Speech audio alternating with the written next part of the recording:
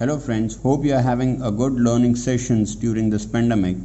Today we'll discuss about the design of transformer tanks. So before moving to the design of tanks, we need to discuss the temperature rise of transformers. The problem of temperature rise and cooling of transformers is essentially the same as that of rotating machine. The losses developed in the transformer cores and winding during conversions are converted into thermal energy and cause heat of the corresponding transformer parts. From its source, the heat is directed due to thermal gradients to the places where it may be transferred to a cooling medium, that is air, water, depending upon the method of transformer cooling. Heat dissipation occurs in the same way in an electrical machine, that is by the ways of radiation and convection. The path of heat flow can be given in four types. The first is from the internal most heated spots, whether it might be core or winding, to their outer surface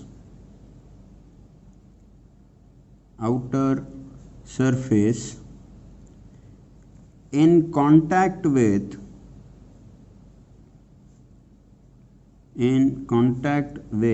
the oil. The second path of heat flow can be considered as from the outer surface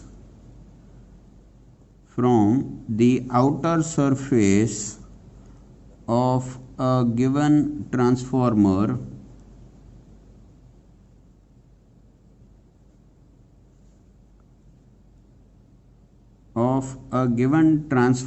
part to the oil that cools it. Moving to the third path of heat flow, which could be given as from the oil to the walls of cooler, which might be taken as the transformer tanks as well as the cooling tubes. And lastly, the fourth is from the walls of the cooler, that is again the transformer tank or the cooling pipes, to the cooling medium, which might be air or water. Now if we closely observe these four paths of heat flow, we can say the first path, where the heat was transformed from the most inner parts to the surface in contact with the oil, the heat was transferred by conduction. In the second and the third part, the heat was transferred by convection. Whereas in the fourth part, the heat is dissipated by convection as well as radiation. Now, let us discuss a bit about transformer oil as a cooling medium. The tests have shown that the average working temperature of the oil, let us say it as theta 0, is taken from 50 to 60 degree Celsius, and the oil viscosity corresponding to this temperature, the specific heat dissipation due to convection of oil, is given by lambda of convection is equal to 40.3 into theta upon h whole raised to 1 by 4, and the unit is given by watt per meter square degree centigrade, where theta is nothing but the temperature difference of the surface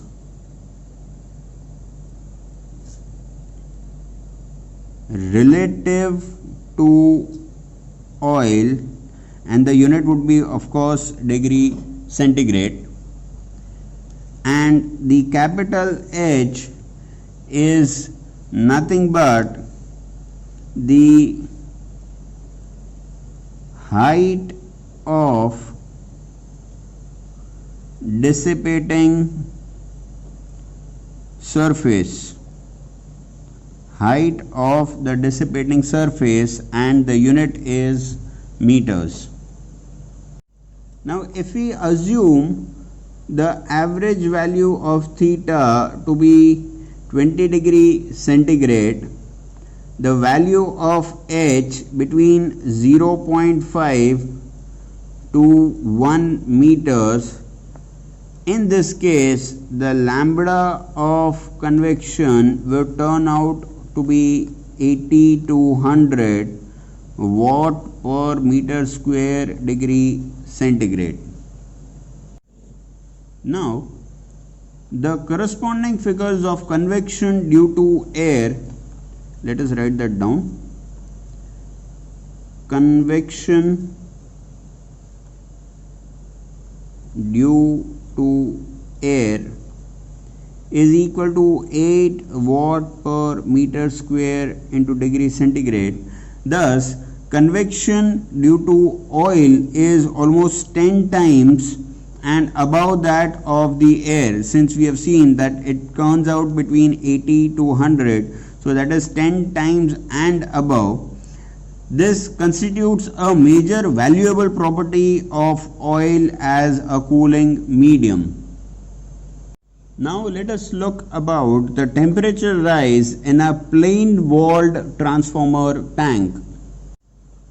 It has been found that the walls of the tank dissipate heat by both radiation as well as convection.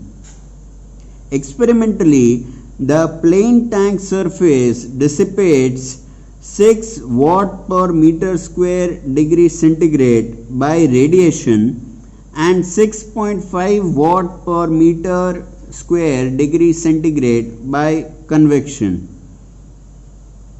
So let us write it down. The tank surface dissipates 6 watt per meter square degree centigrade by radiation and 6.5 watt per meter square degree centigrade by convection. Thus, the total loss dissipation is 12.5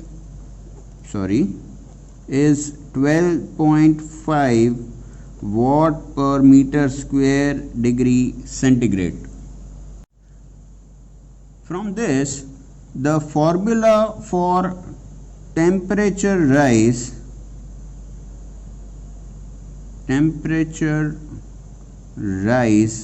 theta can be given as the total loss divided by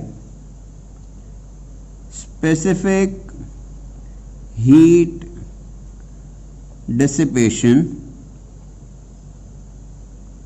multiplied by its surface. So this can be further written mathematically as total losses, that is Pi plus Pc whole divided by 12.5 multiplied by the surface of the tank is given by St. So let us write here that St is nothing but the heat dissipating surface of the tank. Now here the surface St to be considered in applying the above formula is the total area of the vertical sides plus 1/2 area of the cover, unless the oil is in contact with the cover, in which the whole area of the lid should be taken. The area of the bottom of the tank should be neglected as it has very little cooling effect. For transformers of low output, the plain walled tanks are enough to accommodate the transformer, and oil have sufficient surface to keep the temperature rise within limits. But for the transformers of large output, the planed walled tanks are not sufficient to dissipate losses.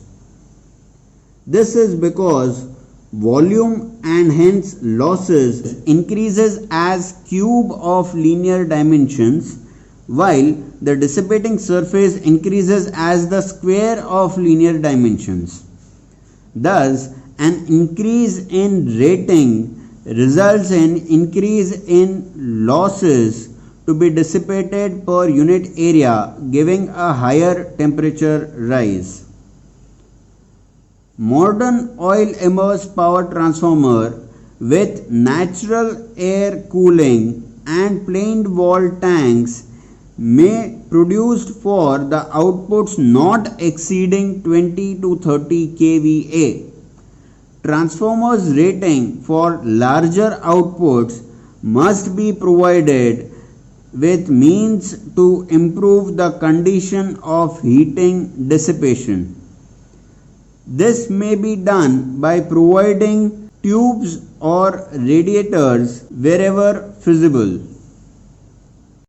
Next, we'll move to the design of transformer tanks with cooling tubes.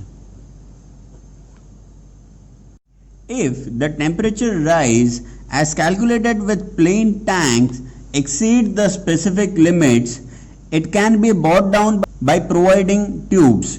The provision of tubes increases the dissipation area but increases the dissipation of heat in proportional to the area, because the tube screens some of the tank surface, preventing radiation from there. So there is no change in the surface as far as dissipation of the heat due to radiation is concerned, but the increase in dissipation of heat is more than what is justified by the increase in the surface area. The circulation of oil is also improved due to more efficient heads of pressure produced by the columns of oil in the tubes. An addition of about 35% should be made to the tube areas in order to take into account the improvement in the dissipation of loss by convection. So here let us take the dissipating surface of the tank as ST. As we have discussed ahead, let us take ST as the dissipating surface of the tank. So this area will dissipate, let's say it will dissipate 6 plus 6.5 ST, which is nothing but 12.5 ST watt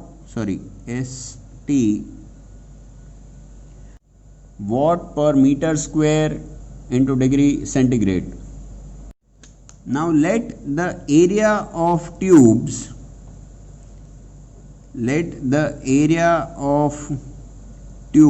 be considered as X into ST. So now the loss dissipated by tank walls and tubes can be given as 12.5 ST plus 8.8 X into ST. Now you must be wondering that from where did I get this 8.8 XT? So this came from the loss dissipated by tubes. Now the loss dissipated by tubes is by convection, and as we have seen that it increases by 35%. The loss dissipated by convection is 6.5 ST. By radiation it is 6 ST.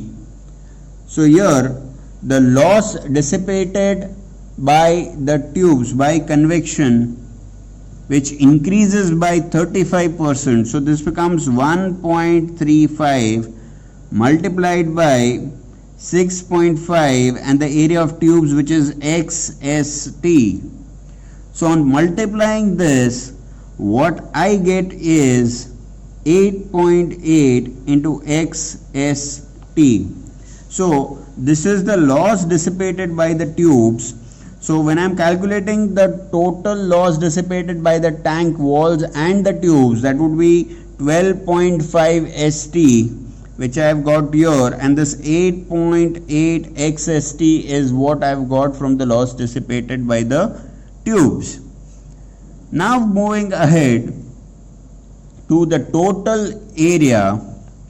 So let's say the total area of tank walls and the tubes can be given as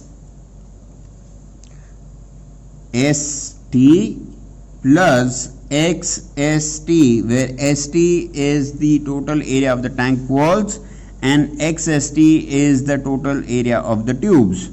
From this we can further simplify by taking ST as common. What we get is 1 plus X. So now the loss dissipated can be taken as 12.5 ST plus 8.8 XST whole divided by st into x plus 1, which is nothing but the total area. Now taking out st common from the numerator as well, what I am left with is st whole multiplied by 12.5 plus 8.8x whole divided by st multiplied by x plus 1. The st gets simplified and what I am left with is 12.5 plus 8.8x upon x plus 1 watt per meter square into degree centigrade. Now, as we have seen the formula for temperature rise earlier in this video, so we will implement that. So the temperature rise with tubes, the temperature rise which is given by theta, that would be equal to pi plus pc upon the whole area, that is st into 12.5 plus 8.8x. So now further simplifying this equation, making x as the subject of the equation, we can write this as x is equal to 1 divided by 8.8 into pi plus pc whole upon st into theta minus 12.5. Now the total area of the tubes, total area of tubes is equal to 1 upon 8.8 into pi plus pc upon st into theta minus 12.5 into st. As we have assumed earlier, the total area of the tubes is taken as xst. So we have got the value of x. We need to multiply it with st. So what we get is this. Now multiplying st into the inner bracket, the st gets simplified in the first term and gets multiplied on the second term.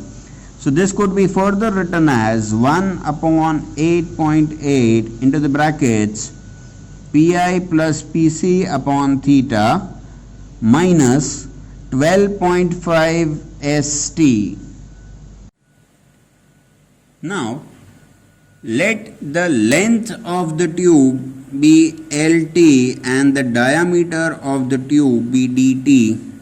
So let us write this as lt is the length of the cooling tube and dt is the diameter of the cooling tubes. So therefore the area of each tube is equal to pi into dt into lt, and hence the number of tubes required, the number of tubes required, which is given by nt, is equal to 1 upon 8.8 into pi into dt into lt whole multiplied by pi plus pc upon theta minus 12.5 st. So from these equations, area of the tubes as well as the number of tubes could be found out. The diameter of the tube which is normally used is 50 mm and they are spaced 75 mm from each other. Nowadays, elliptical tubes with pressed radiators are increasingly being used as they give a greater dissipation surface for smaller volume of oil. Hope you enjoyed the first part of the transformer tank design. See you again in the second parts with the numericals of transformer tank design.